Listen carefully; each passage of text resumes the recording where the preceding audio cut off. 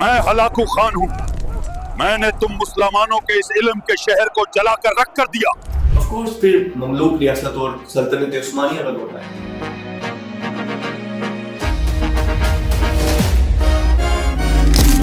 گیدڑوں کی حکمرانی بھیڑیوں کے کھڑے ہونے تک ہی ہوتی ہے.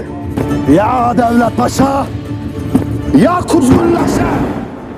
مسلمانوں نے پھر سے اس میں ترقی کی. میرا نام حیدر احمد چلیبی ہے. یا اللہ. میں نے پرندوں کی حرکات و سکنات پر غور کیا. میں نے سلطنت عثمانیہ میں پہلا جہاز بنایا، رائٹ برادر سے پہلے.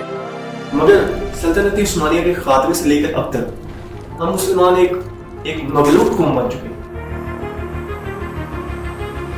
یہاں تک کہ ہم اپنی شناخت بھی کھو چکے ہیں، اور یہ درد یقیناً تمام مسلمانوں کے دلوں میں ہے.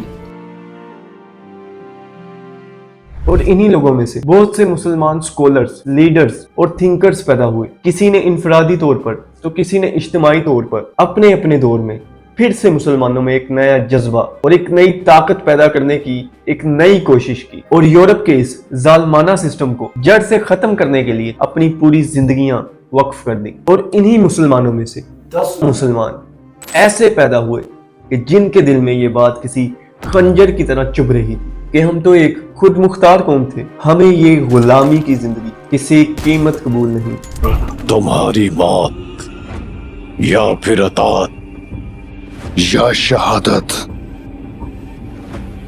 یا آزادی. اور انہی 10 لوگوں میں سے ایک کا نام ڈاکٹر اسماعیل الفاروقی. مگر ان 10 لوگوں میں سے 9 لوگوں کے ساتھ میں آپ کی ایک چھوٹی سی ملاقات کروانا چاہوں گا. تو آئیے چلتے ہیں. میرا نام ڈاکٹر علامہ محمد اقبال ہے. میں نے غلامی کی زنجیروں کو توڑنے اور آزادی کی شمع جلانے کے لیے اپنی قوم میں شعور بیدار کیا تاکہ اللہ کا نظام قائم ہو سکے. مجھے مولانا عبدالاعلی مودودی کہتے ہیں.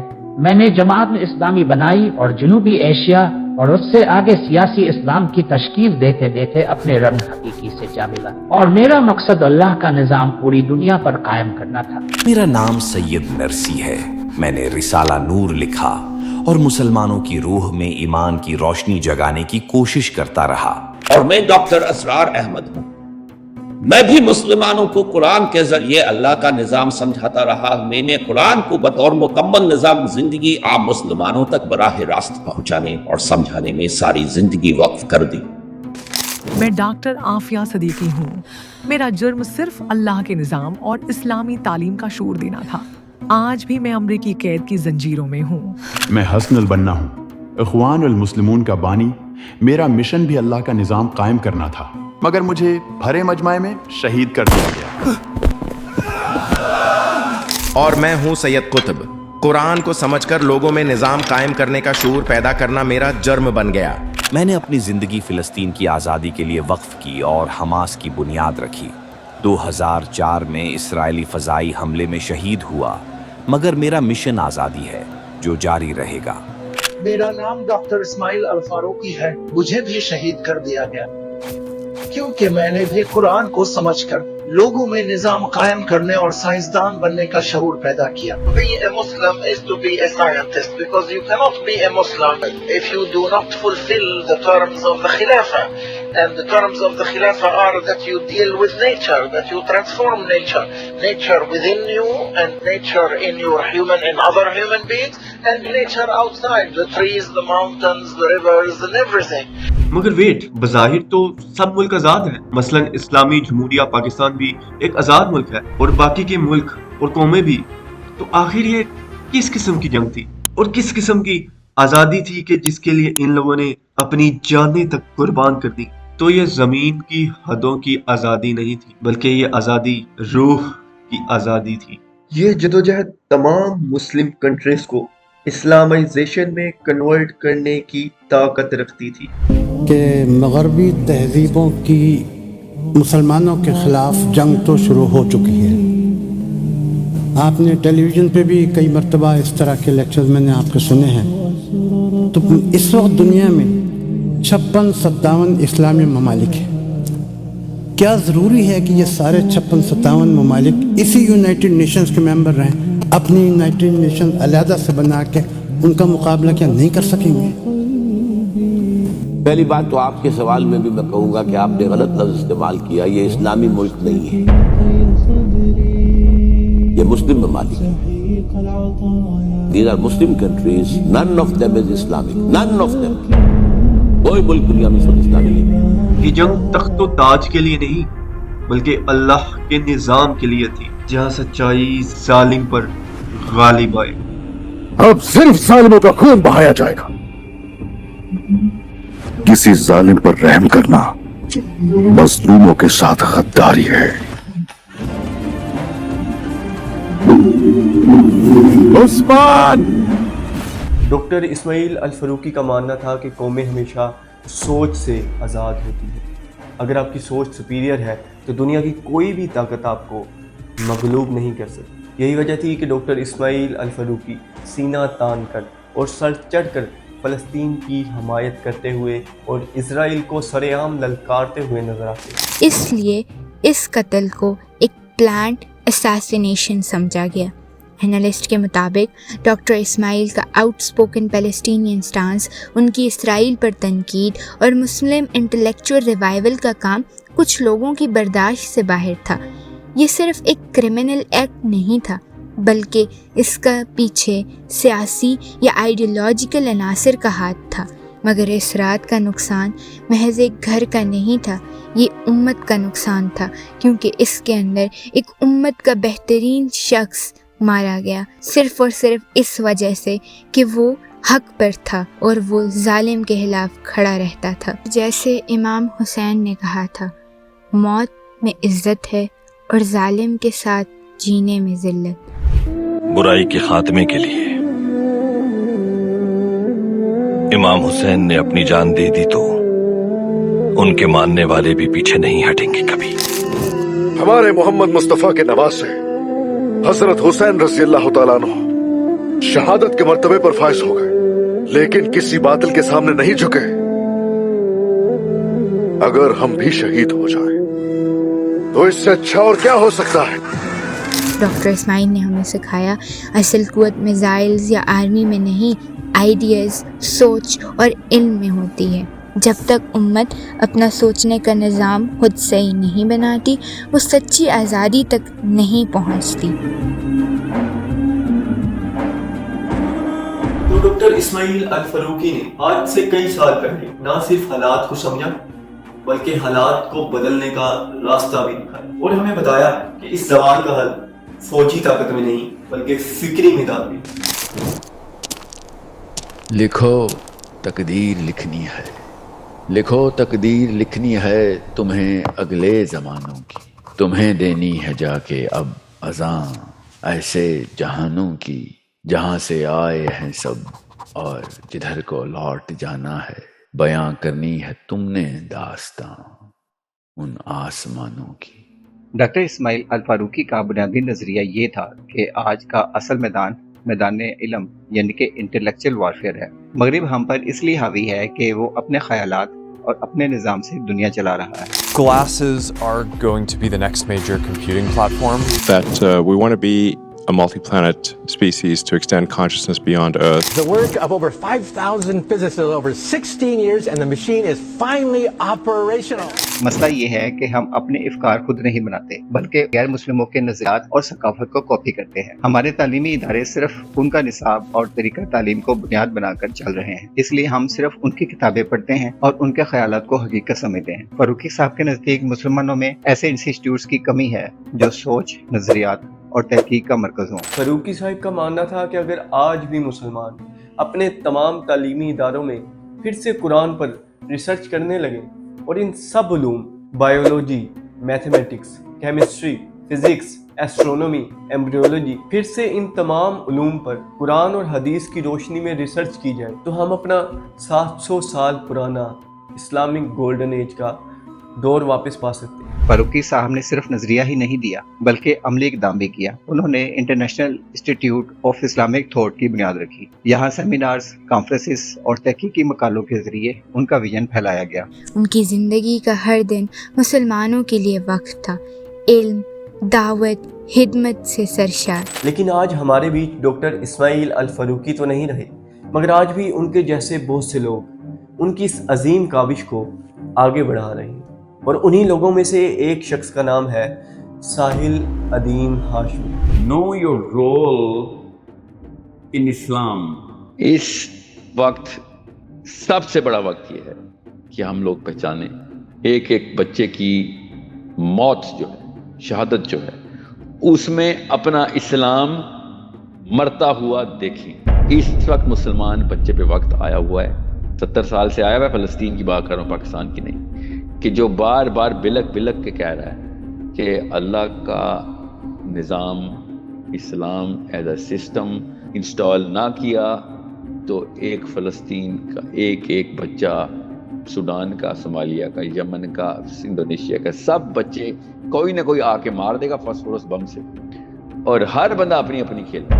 اور ان 9 لوگوں کے بعد اب یہی وہ 10ویں انسان نظر آتے ہیں کہ جن کے دل میں امت کا درد کسی خنجر کی طرح چبھتا ہوا دکھائی دیتا ہے۔ آپ کو پتہ چلے گا نا کہ اسی طرح کی ایک انایا KFC کی گولی سے فلسطین میں کل شہید ہوئی ہے، تو آپ کو پتہ چلے گا یہ پولیٹیسائز نہیں ہے، یہ ہمارا ریلیجیس آخرت کا میٹر ہے۔ فلسطین is not a political matter, it is a Islamic matter. You need to educate people, you in journalism, کہ ہمارا دین وہاں پہ خطرے میں آیا ہوا ہے۔ They are killing our kids, they are killing our enemies. میری بیٹی کا نام قرات ہے، دے آر کلنگ آور قراتس دیر۔ آپ سمجھ رہے ہیں دس از پولیٹکس؟ یہی تو مسئلہ ہے جو میں پہلے دن سے رمضان ٹرانسمیشن میں کہہ رہا ہوں کہ ہم نے دین اور سیاست الگ کر دی ہے، اور آپ سمجھ رہی ہیں کہ اگر کوئی چیز سیاسی ہو گئی ہے تو اس کا دین سے تعلق نہیں ہے، اگر دینی ہو گیا تو سیاست سے تعلق نہیں ہے۔ This psychology needs to change. They are killing our daughters by their bullets. وَمَا لَكُمْ لَا تُقَاتِلُونَ فِي سَبِيلِ اللَّهِ وَالْمُسْتَضْعَفِينَ مِنَ الرِّجَالِ وَالنِّسَاءِ۔ اللہ تعالیٰ نے قرآن میں کہا ہے کہ کوئی انسان جب مظلوم ہو اور ظالم اس پہ چڑھ جائے تو ہر مسلمان کی ڈیوٹی ہے جا کے ظالم کو قتل کرے جا، ٹھیک ہے؟ یہ میرا اسلام ہے۔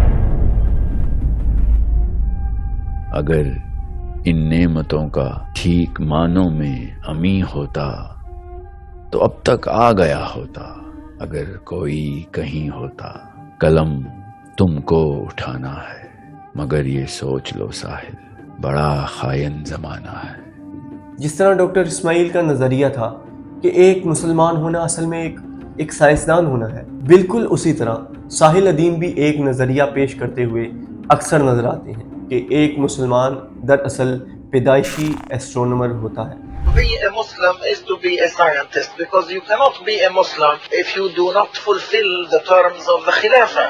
قرآن پاک کو اگر آپ تھوڑا سا ڈیپ جائیں، زیادہ نہ جائیں، میں زیادہ ڈیپ نہیں جانا چاہ رہا آج، مگر تھوڑا سا جائیں گے تو آپ کو پتہ چلے گا کہ قرآن پاک کے اندر پولیٹیکل سائنس، ایسٹرونومی، بایولوجی، جو نفس کا علم ہے، جو طب کا علم ہے، اس کے تھرو اللہ تعالیٰ نے تینوں ریلمز کے اوپر اتنی تفصیل بتائی ہوئی ہے کہ کوئی بھی مسلمان پیدائشی ایسٹرونومر ہوتا ہے، چاہے وہ 1% مسلم ہے۔ قرآن پاک پڑھا ہوتا ہے، اس کو پتہ چل رہا ہوتا ہے کہ کہانی تو 7 آسمانوں کی ہے۔ We are born astronomers. Current astronomer, ٹھیک ہے، دنیا کے اس وقت کے ٹاپ ناسا کے سائنٹسٹ بھی 7 آسمان نہیں مانتے، ہم مانتے ہیں۔ We are actually way beyond the horizon of the whole Milky Way, and then the 14.8 billion years of dust that they're actually thinking that's the end of the world or the universe. We know that this is the first heaven, buddy. وَلَقَدْ مُزَيَّنَا السَّمَاءَ الدُّنْيَا، کہ دنیا کو، آسمان کو اللہ تعالیٰ نے ستاروں سے سجایا ہوا ہے۔ یہ پہلا آسمان ہے، اس کے بعد پانی ہے، پھر دوسرا آسمان ہے، پھر پانی ہے، لٹرلی پانی ہے، پھر تیسرا، and then so on so forth، اور پھر 7ویں آسمان کے اوپر پانی ہے، اور پانی پہ اللہ کا تخت ہے۔ یہ geometry itself should overwhelm the hell out of NASA. تمہیں پردہ اٹھانا ہے، نشہ یہ توڑنا ہے، اب جوانوں کو جگانا ہے، بڑے غور و فکر سے ایک نئی تدبیر لکھنی ہے، بڑے غور و فکر سے ایک نئی تدبیر لکھنی ہے، لکھو تقدیر لکھنی ہے۔